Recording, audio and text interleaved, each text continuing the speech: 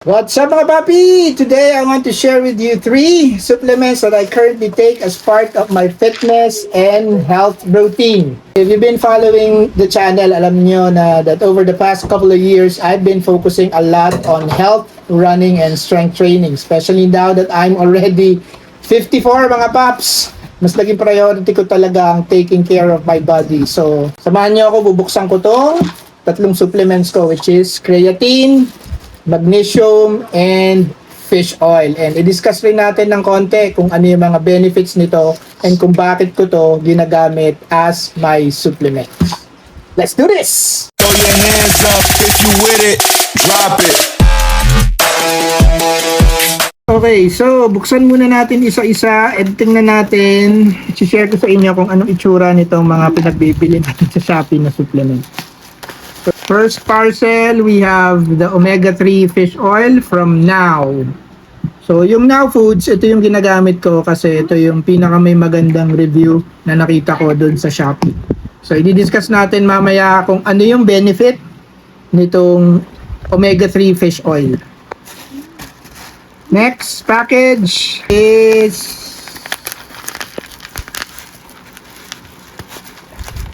magnesium glycinate. So, yung mga presyo nito or yung mga products na to, itatag ko na lang para if you are interested to also purchase the product, click nyo na lang yung product tag sa video ko. And then the last one, meron na tayong fish oil, meron na tayong magnesium glycinate. So, the last one should be creatine. This is the Now Food, Now Sports, creatine, monohydrate. So, second bottle ko na to. I started this one a month ago. Kaso, ubos na yung unang binili ko. So, bumili tayo ng second bottle natin. Okay, so since hawak na natin tong creatine, let's start with creatine monohydrate. So, most people think creatine is only for bodybuilders, but actually, it's one of the most researched supplements in the world. Creatine helps your muscles produce energy during high-intensity exercise. So for someone like me who does running, strength training, and mobility workouts, creatine can help with muscle and strength recovery. So very important, especially kung 50-hin ka na mga paps. My experience, what I've noticed after taking creatine consistently, mas okay yung muscle endurance ko. Better muscle endurance, less fatigue during workouts, and then of course faster recovery after strength training. Another benefit, especially for people in their 40s, 50s, and beyond, is that creatine may help support muscle mass as we grow older. So when to take it? I usually take 5 grams per day. Sometimes after workout or any time during the day with water. But the important thing, syempre, is consistency. So, kung hindi nyo kayang i-take to with water, ang ginagawa ko is minimix ko to sa lukewarm water tapos tsaa or kape. So, basta ang after workout. So, 15 minutes after workout, I see to it that I take at least 5 grams of creatine. Very, very good. And highly researched supplement to. Kaya sobrang goods na goods to. Ang number 2 supplement natin is the omega-3 fish oil. This is one supplement that many doctors recommend because it supports heart health, brain health, joint health, and it reduces inflammation. So, paano ko ba na-discover ito? Na-discover ko rin to sa YouTube, doon sa Diary of a CEO. Meron silang isang guest doon sa podcast na parang, fitness expert siya. And basta marami siyang alam tungkol sa longevity at saka sa fitness. And this is the number 1 supplement na nire-recommend niya for everyone, especially for those who are 50 and above. Of course, for runners like me, joint health is very important. Running several kilometers a week can sometimes cause joint stiffness or inflammation, and omega-3 helps support recovery, just like creatine. So the benefits I noticed, less joint stiffness, supports overall heart health, helps balance cholesterol levels. So especially since I'm also focused on long-term health and longevity.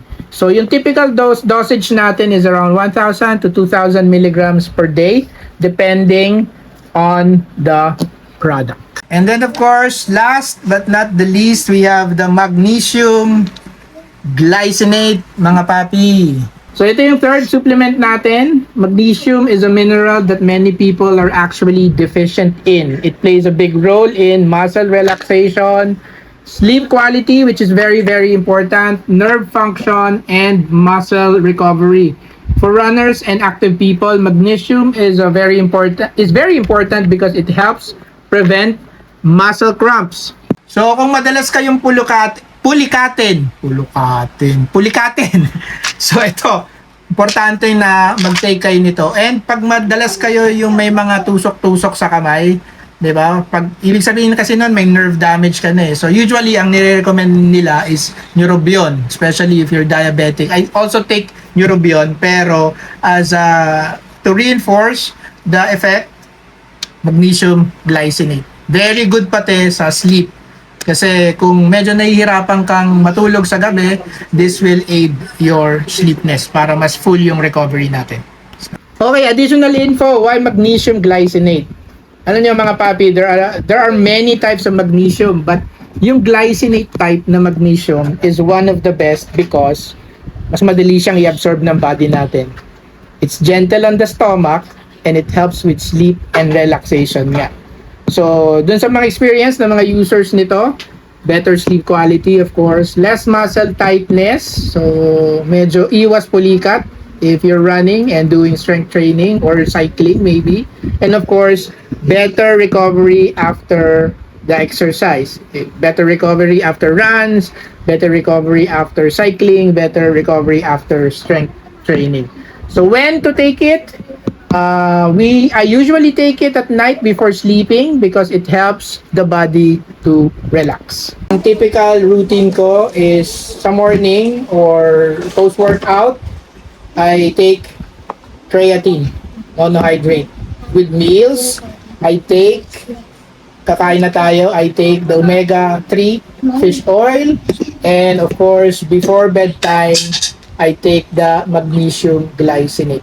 So again, consistency is more important than the timing, mga papi.